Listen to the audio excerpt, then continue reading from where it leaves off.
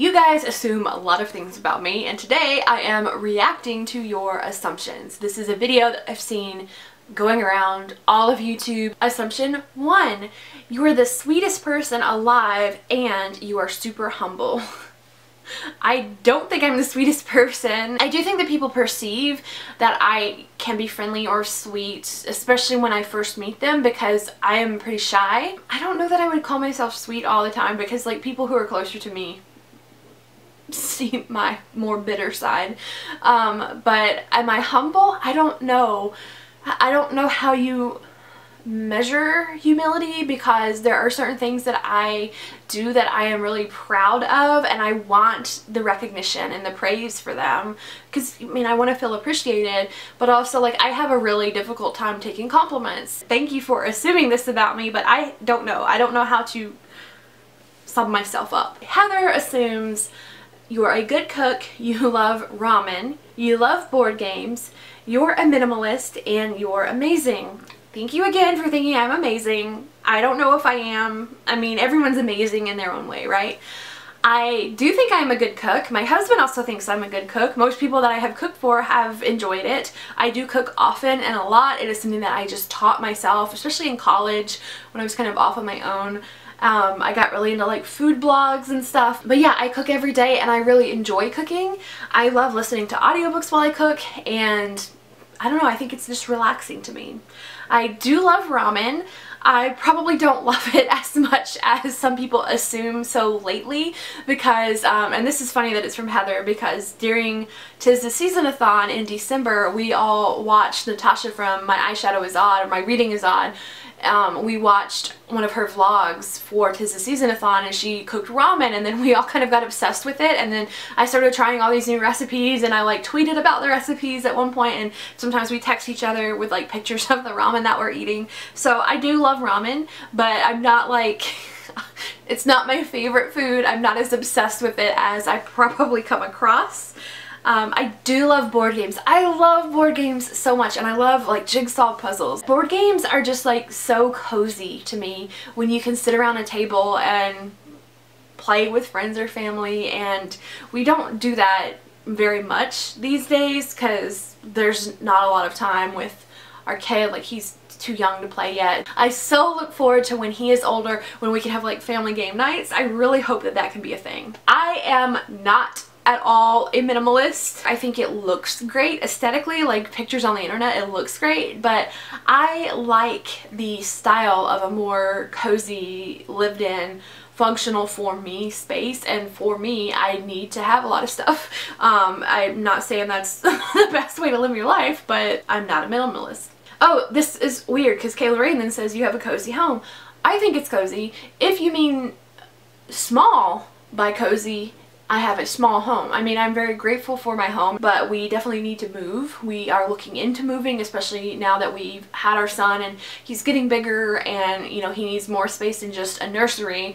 I mean, he runs around our entire house now, but we do want a bigger space soon. So it is cozy in the fact that it's a little bit messy and lived in. We have a lot of older stuff. Like, I have some furniture from like great-grandparents and stuff. But to me, it's cozy in that we are in a cramped space, and also cozy in that it probably looks and feels pretty lived in. Amy assumes you like coming up with your own recipes. I like to follow recipes, but then once I've followed it and done it enough times to like really know how much of whatever to add, I do start playing with it and adding or taking away my own stuff. I do tend to know what flavors go together okay, and what like how to make certain basic things. It usually starts from somebody else's base recipe, and then once I learn like the chemistry of it, like especially with baking, baking is science. Once I know like how much of the, you know, flour and leavening and fat and all that stuff you got to put in it, then I'll be like, okay, well, how can I achieve this flavor, and start doing different mixing and adding and whatever.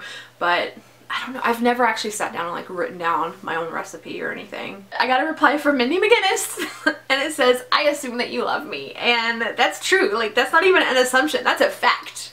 Tamika assumes You thought I was a weirdo when I met you and cried at Sea Fest. No, you were not a weirdo, and I did not think you were a weirdo. I probably was a weirdo because no, I didn't know how to react. I never thought that you were weird, Tamika, I promise. I loved the fact that you came up and told me that you like my channel. Like, anytime anyone ever tells me they watch my channel, I am starstruck by you.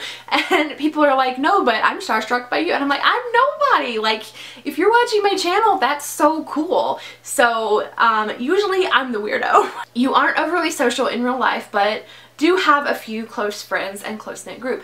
That is very true. I do have more of a few close friends than a whole lot of friends. You're a Hufflepuff, loyal, kind, patient, and the best friend someone can wish for. Okay, this is what I am. I am a Gryffindor who feels like a Hufflepuff and wants to be a Ravenclaw. I don't feel like a Gryffindor, and I know that a lot of people say that it's more about what you value than what you are, so in that aspect, yes, I definitely value justice. But I feel like I am more of a Hufflepuff. I do feel like I am a pretty loyal person because that is something that I've been told many times by friends.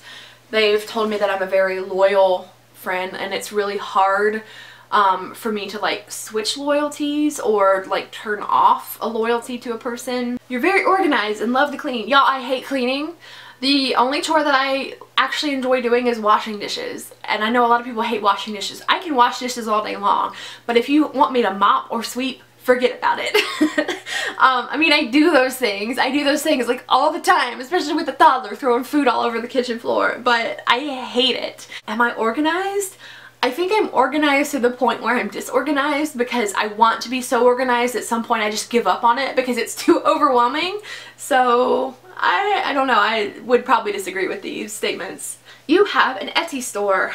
I have an Etsy account and I've sold one item before. It was a Hunger Games Christmas ornament.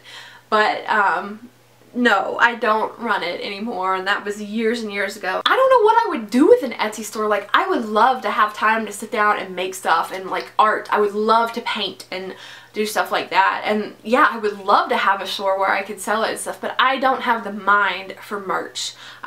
It stresses me out to think about. I would love to have merch, but I can't deal. You're never late, and you were one of those kids who got perfect attendance in school. I was the kid who was always late, and I got perfect attendance in terms of I was there every day. And I wasn't late in high school or anything, but I remember when I was in elementary school, my mom would have to like drag me out of the house because I don't know what it was. And as an adult, I really don't know if it was like my fault or my mom's fault because, you know, she's the parent, she's the one driving. Like, did we leave late, or was I really just a terror and a handful and she couldn't get me out of the door? I don't know, but I remember many times in elementary school where I would be late, and that would be the reason why I wouldn't get a perfect attendance award. I used to be late to work like every single day because I lived so far away, and also I was extraordinarily depressed and really did not like that job and just had a lot of bad stuff happening, and depression means you wake up late and you don't want to go to work. And so yeah, I've been late many times in my life. Your favorite Netflix series is Grey's Anatomy. I do not watch Grey's Anatomy. I don't really like doctor shows. I had some college roommates that were really into it, and so I've seen a few episodes, but it's not a series that I watch, and I'm always surprised to hear that it's still on the air. You don't like horror movies, you like cheese, and pizza is your favorite food. I hate horror movies. I like slashers and thrillers, but if it's like something supernatural, I'm out. I'm out. Ghosts, possessions, I'm out. I can't even watch horror movie commercials on the TV. Like, literally when they come on TV, I do this. I cover my eyes or I cover my ears because they sound creepy. I'm not into it at all. I am a chicken. I would rather read a horror novel than watch a movie. Like, I just can't. I can't deal. I love cheese.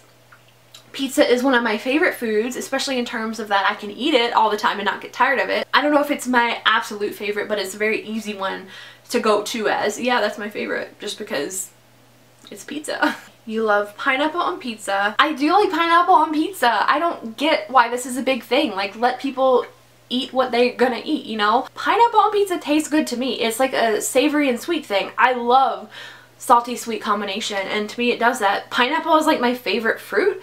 Pizza is delicious. Like, why would you not want both of them? You know, if you don't like that taste, fine. Don't eat it. If you do like that taste, do. I don't care. Your favorite pizza is an everything pizza. No, the exact opposite actually. My favorite pizza is cheese pizza. Like the plainest of pizzas that there can be. Like bread, sauce, and cheese. That's all I want. I assume you like cheese and apple together. I'm pretty sure I've tried this before and I don't remember what my thoughts on it were. Like, I don't think I was disgusted by it, but it must not have been that impressive because I don't currently eat cheese and apple together. I assume you have outgrown your love for YA. Not at all. I know that I've been reading a lot of adult novels lately, but that has nothing to do with my, like, not enjoying YA. I still love YA. I don't know, I just, it's not something that I really get tired of. I think that a lot of adult novels make me personally feel pretty bleak, and YA makes me personally feel more hopeful, and it's something that I've always said, like, it's easy for me to relate to YA because I've been there already, whereas with adult novels, I haven't necessarily been through the things that those characters are going through. Like, if they're older than me, or you know, they have more career, more kids, more whatever than me, like, I can't always relate to that, but I have been a teenager and I'm always going to remember how that felt. So I don't think I've outgrown it at all. I assume you read mostly fantasy or dystopian. I've always considered fantasy to be like my favorite genre, but whenever I look at my statistics, it's almost always contemporary that I read the most of, which always surprises me, but I know definitely this year I've read mostly contemporary. You ship Rowan and Aelin from Throne of Glass and Farah and Rhys from ACOTAR. Well, yeah, I mean, definitely between the choices. At the start of Throne of Glass, I was team Dorian all the way over Dorian and Chaol. Like, I was never team Chaol. I know everyone loves him. Now, I only have liked Chaol with Tower of Dawn. That's the only book that I've liked him in. I don't spend like a lot of time thinking about these ships, but within those series, yeah, that would be pretty accurate. Caitlin assumes you never give a book 1 star. I have given several books 1 star. I haven't given very many 1-star ratings recently. Like last year, I think I only had 2 or 3 books that were rated 1 star. I haven't had any 1 stars this year, but I've had some 2 stars. And I don't think that's because I don't want to rate books 1 star. I just think I've gotten so much better at knowing what I will like. Alex assumes you like reading diversely, as in different genres, and you've considered stopping BookTube or making another channel. I enjoy reading books that are diverse in characters and diverse in genres, although there are some genres that I know I don't like. So I've just gotten to the point where I know I don't like that style or that setting or whatever, so I'm just not even going to try. You've considered stopping BookTube? Yes. I really consider stopping BookTube lately because even though I enjoy it, I'm wondering how much of making and editing and posting videos at this point is just habit, since I've been here for, I don't know, what, 4 years or something. I don't know how much of it is just a habit at this point. Like, oh, well, I need to make a video just because that's what I know how to do, versus actual enjoyment. Every time a video goes live, I just lose a bunch of subscribers. I have been hovering at the same subscriber number for the past year. Like, I never gain. Every time I gain some, I lose some, so it's just basically even for the past year, and that's fine. It's not about the number, but every time you log in, YouTube has to throw that in your face, and it's kind of like, well, I'm not holding on to the people who have been watching my content. I don't have as many views and comments and interactions as other channels, even who are smaller than mine, and I know that a large part of that is my fault. I have a hard time connecting, like, on a personal level, or it seems to me comparatively, people are always on Twitter saying they have BFFs with all these people, and I'm like, but I would love to be your BFF too, and anytime we talk, we don't connect.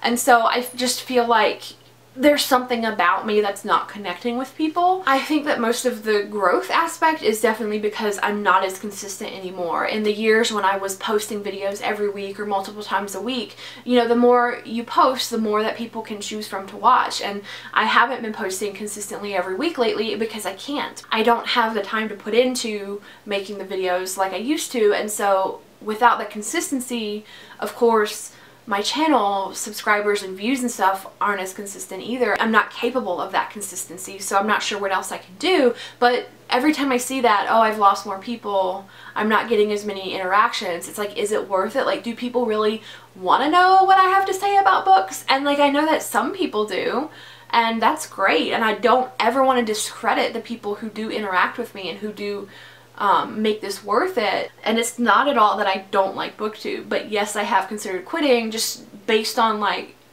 priorities, and I don't know. Have I considered making another channel? No, but I have thought about, if I weren't doing BookTube and I still wanted to do YouTube, what kind of channel would I have if I didn't talk about books? And I would totally be an ASMR channel. Like, if I had the money to sink into like really nice microphones, oh my gosh, I would just go at it with ASMR videos. It would probably be really relaxing to me. I saw someone do an ASMR video with like a sequin pillow, and I'm like, yes, this relaxes me, doing this with these sweet sequin things. And so like, if I could just sit here and make like an hour long of me going, I would totally do it. I assume you feel more confident in your flow of videos than ever. I feel more confident in the way that I've changed my wrap-ups currently than I feel or felt about my videos last year or even the year before. But honestly, I feel like 2016, that was like the year of my channel. Like, I was making a lot of content, I was making good content, I was growing, I was having interactions, I was really enjoying everything, I was being more creative. And then 2017, I got pregnant and the fatigue hit me, and I just lost the interest a lot, like especially in the second half of the year. And then 2018, I was a new mama, and I think I put out like 12 videos in all of last year. Like, it wasn't very many. So I'm not that confident in it. You read to your son every night. I don't. He does not sit calmly. He's running all over the place, and his doctor is like, just keep reading. He will listen even if he's not sitting with you. So the nighttime cuddling up in bed, sitting together reading is not a thing that happens. So I usually read to him in the morning, usually like when I get him out of bed in the morning and change his clothes and everything, and then I will sit on the floor in his room and read a book to him. You don't want any more kids. Well, that's false. I would love to have more kids. I don't know how many more, but I would love more kids. I want another baby. You want to have another kid and hope it's another boy. I would love to have another kid. My husband also wants to have another kid. I miss little tiny newborn baby because I was just so out of it the first few months of his life. I feel like I totally missed the newborn stage, and we've always wanted more than one kid. I don't know how many we're gonna have. I have no idea if we will have one, but yes, I want one. Do I want another boy? I do think it would be really cute if my son had a little brother and they could be like brothers. I feel like that's probably a really special bond. But my entire life, like, we were actually shocked. I was shocked when I found out that my son was going to be a boy, because my entire life I've always pictured myself as being a mom to a girl. And I think that's because I lost my mom when I was a little girl, and so I've always, like, growing up, especially as a teenager, I know the ways that I wanted my mom to be there for me and wasn't. And so, like, I've internalized that and thought, well, maybe I will get to be there for a teenage girl when I have a daughter. So I have always wanted a daughter, pictured myself being the mom to a daughter, but that is absolutely not to say that I can't be there in similar or the same ways for a son, or even that they would always identify as male. Like, I don't know what the future holds. I would love to experience having a daughter, but I think I got over that pretty quickly as soon as I fell absolutely in love with my son. Oh, he's so incredible. He's so incredible. I love him so much. So I talked way too long about myself. Thank you guys so much if you sent in an assumption about me. If you didn't get a chance to send in an assumption and you want to, just leave it in the comments and I will let you know if you're right or wrong down there. Thank you so much for watching, and I will see you in the comments.